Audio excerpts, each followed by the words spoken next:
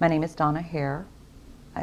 During the 70s and 71, I worked in the Building 8 of NASA for a contractor, Philco Ford.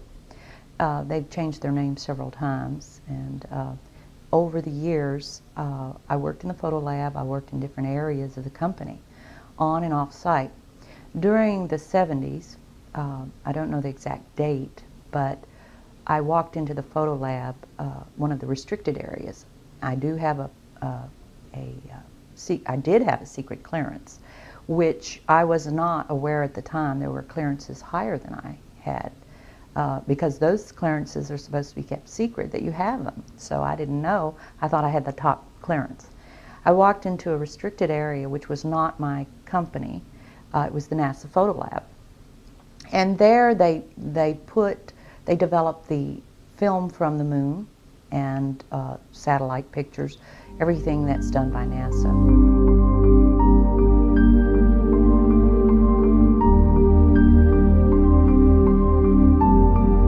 There was no technology. We were creating it as we went along. This day, that particular day, I walked into the photo lab in the restricted area, and this was between missions. One of the gentlemen I had been friends with, and I still talk to occasionally, he pointed my attention to one area of this mosaic. It was one panel of a mosaic, which are several panels put together to form a larger picture. And these were either, I believe they were satellite pictures. I'm not sure. They were aerial, looking down.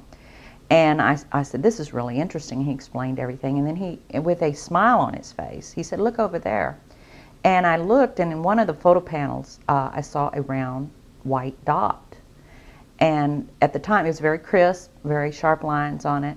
And I said to him, what is that? Is that a dot on the emulsion?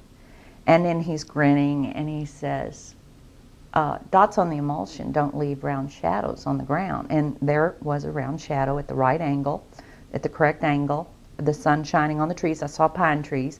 I didn't see a coastline. I don't know where this was.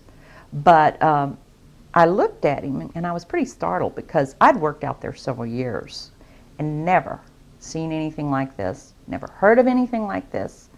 And I said, is this a UFO? And he's smiling at me, and he says, I can't tell you that. I can't tell you that. What I knew he meant was, it was, but he couldn't tell me. So I said, what are you going to do with this information? And he said, well, we always have to airbrush them out before we sell them to the public. And I was just amazed that they had a protocol in place for getting rid of UFO pictures. So as a precaution, they were put in quarantine for a little while. This particular man was in quarantine with them and was part of their debriefing. He said that a lot of them talked about their experience in seeing these craft follow them. I believe there was 3 on the moon when they landed. And I think, and this is the best of my memory, that the code word was Santa Claus for these craft. And then some that wanted to talk were threatened. If they talk, they've signed papers not to talk. They have their retirements taken away. I was just overwhelmed with that piece of information, because I started asking questions. Certain people that I would know were key people in the organization. I'd take them away from the site. We'd go to lunch, and I'd talk to them. And alone, they would tell me things, and then swear if I ever said they said it, they would say I was lying. One gentleman that I knew very well was in quarantine with some of the astronauts. He said just about every one of them has seen things when they went to the moon that were, and in fact, one said that they were there. Craft were on the moon at that time. And this man has disappeared off the face of the earth. I've tried to find him, but I have his name. I've given to Dr. Greer. I'm sure he can find him. But a lot of the astronauts are told to keep it quiet, and they're good Americans too. I mean, it comes under the guise of national security. That's just something that I feel over the years has been kept quiet, and how it's been kept quiet, I don't know. I have no idea. I asked guards, security guards. I ran into another security guard that was forced to burn a lot of UFO pictures. And he told me, he came into my office one day. This was when I worked at another job. He came into my office, and he was very frightened. And he said, Donna, you know, I heard you were interested in this subject. He said, I used to work out there. And one day, some soldiers came in the fatigues and had me burn pictures. And he said that he was burning them, and he was forced not to look at them. But he was tempted. He looked at one of them, and it was a UFO on the ground. Shortly thereafter, he was hit in the head with a gun butt, and he still had a scar on his forehead from that, being knocked out, because he looked at the picture. Now, this gentleman was terrified. He was scared out of his mind. And he also said that in the picture, it was a UFO with little bumps on it. It looked like it had just landed. It's very hard to know this. But again, I have talked, the people that know about it. And it's like a little underground. They'll come to me and talk to me in private. And they're afraid. Most of them are very afraid. And I guess I'm not afraid because I wasn't debriefed. There was a point in time I had some people come out and tell me I shouldn't talk about this. They didn't threaten to kill me, but I got the message I shouldn't talk about it. But I'd already talked about it so much it didn't really matter anymore to friends, and people either know it or they don't know it, or they're not sure. And like I said in the informal congressional hearing, I really started feeling like this topic was about like sex. You know, everybody knew about it, but nobody talked about it in mixed company. And that you knew about it, you would have like a friend. He was so terrified, he looked at me so frightened, like I'm going to tell her. And I wouldn't, because, you know, he hasn't told her.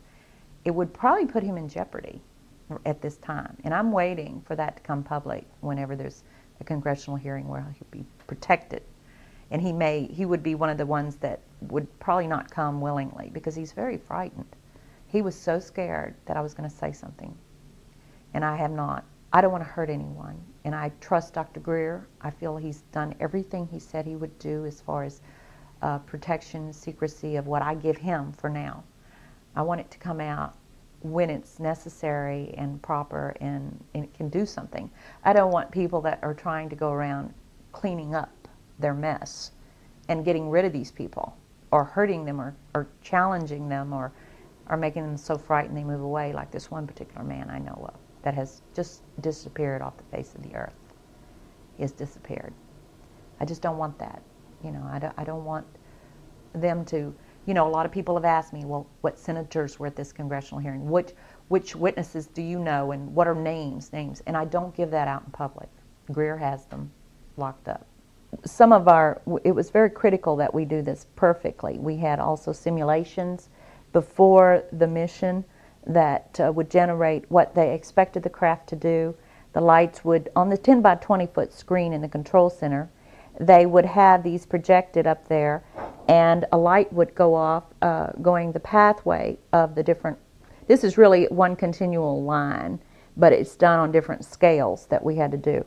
The light would continue on, and if the light varied, which represented real-time information coming back from the spacecraft. One of the things that I'm upset about is that good people are forced to do illegal things. And I believe that this information should be given to the American public. That's just something that I feel over the years has been kept quiet.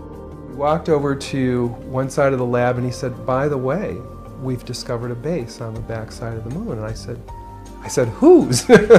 What do you mean, whose? He said, yes, we've discovered a base on the back side of the moon. And at that point, I became frightened and I was a little terrified, thinking to myself that if anybody walks in the room now, I know we're in jeopardy.